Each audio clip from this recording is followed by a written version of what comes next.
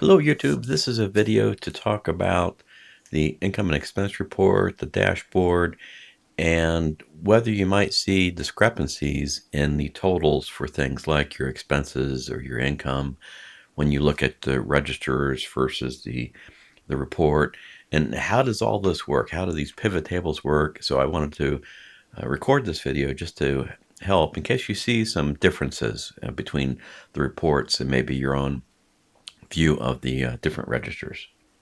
So in this sample checkbook, I have just a variety of transactions. Most of these are dated in the year 2025, and some of these entries may not have a subcategory or category. That could be common in your use case. So I wanted to have some of those because that'll play a role in what we see or don't see in the reports or the dashboard. And here's one where there's a subcategory, but it's actually kind of invalid because there is no matching category and type. And again, that can play a role in what you may or may not see. So when we go to look at the report screen here in a sample, I've got in the type area, I've got choices for expense, income, transfer, and then these two blank cells, which is kind of unusual.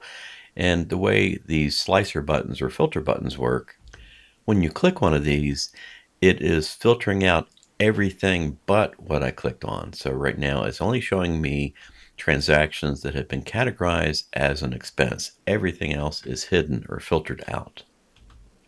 And after clicking on that button, it's telling me that these 7 categories are represented within this current filtered set of data. So under expense, I've got transactions that have one of these 7 categories and or subcategories.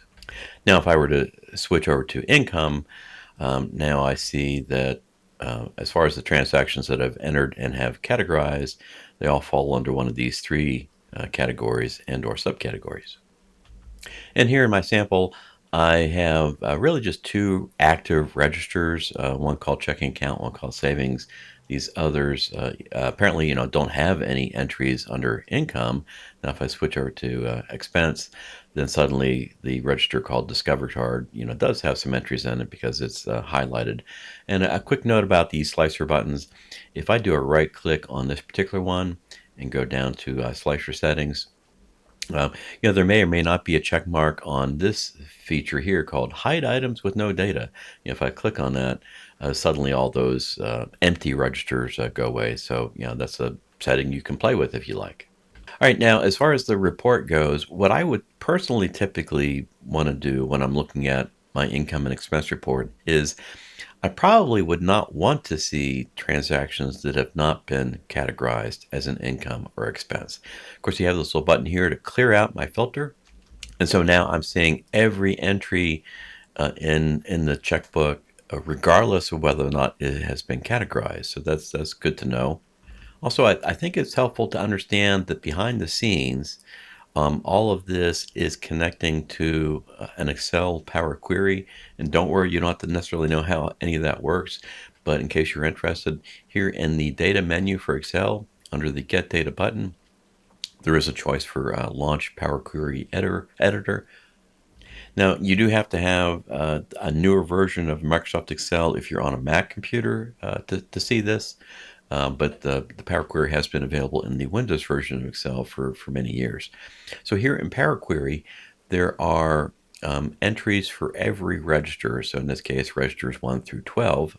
And when I click on any one of these, I am seeing all of the entries that are in that particular worksheet for register 1. So I see the dates, type, check numbers, descriptions, withdrawal, deposit, etc. Now, the other thing that has been helpful for me to use Power Query is that I'm also adding additional columns that just make it better for then creating charts or an income and expense report.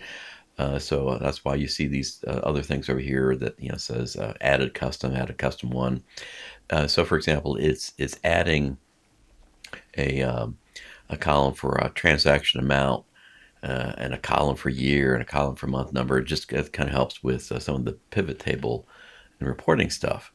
So for each of the registers, again, all the raw data, all the entries for each register will show up here. And then here in Power Query, there's an entry here called all registers, where it's really just taking the data from all, in this case, 12 registers, combining it into one massive set of data, which then is what feeds the reports and dashboards. So I'm going to close out of the screen after that quick little description about Excel Power Query. All right, now back to things that you may or may not see, and again, helpful to understand how this works. So in my sample, I've got transactions that have not been categorized at all because I see buttons here for blank. Now, if I click on one of these blank buttons, I immediately can see that I must have some entries like in 2025, May, June, July, with these dollar amounts that are not categorized. And so that can maybe be kind of helpful for me to understand that, that perhaps I want to go review those. So for example, 2025 in May, maybe I go visit my checking account, scroll to that area and look to see if there's, some entries in that date range. So for example, I do see like here in June, I've got a deposit. It has not been categorized. So that's going to be one of those blank entries here on the report screen. Now, of course, you don't have to categorize every line in your spreadsheet. Again, but it does help to understand how this works. And as I mentioned before, when I'm viewing this, I typically want to see both my income and expenses. But the way the filter buttons work is kind of like you click one and it turns off all the others. So what I normally will do is I'll have all the filters cleared. So I'll use that little clear filter button, and then I'll make use of the multi-select. So with multi-select now activated, I want to actually turn off everything but income and expense. So multi-select is activated, and I've clicked to turn those other ones off so that all I see is expense and income. And again, as a reminder, because I'm now telling my report to only show me those things, is not going to be showing me or including any transactions that had not been categorized to the point where they, have a type of either income or expense. Okay. Also, it can be helpful to play around with the year filter here. So, for example, if I choose just 2025 in this little year drop-down thing and click OK, I'm no longer going to be seeing anything that might be dated 2024 or 2026.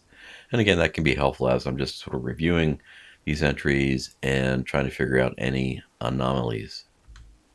Now, the dashboard would be similar in this regard. Now, the dashboard has been designed to just automatically only consider income and expense categorized transactions. So it's going to ignore any transaction that is blank or that has even been categorized as a transfer. So it's only looking at, again, transactions that you have the transactions that you have categorized as either an income or expense. Reports on the other hand do give you flexibility of like if you've categorized anything as a transfer. Let me clear my filter there and just have it only show me transfer. So I click on that and I see, okay, I do have a couple entries in May and October that I've categorized as transfer. And those entries exist in the checking account and or savings account. So again, it's kind of helpful that if I want to figure out, okay, well, where did I have these? All right, so I've got something in the checking account categorized as a transfer, and it's in October because I've sort of narrowed it down by applying multiple filters. And of course, after I've done reviewing things, it's usually good to clear out these filter buttons.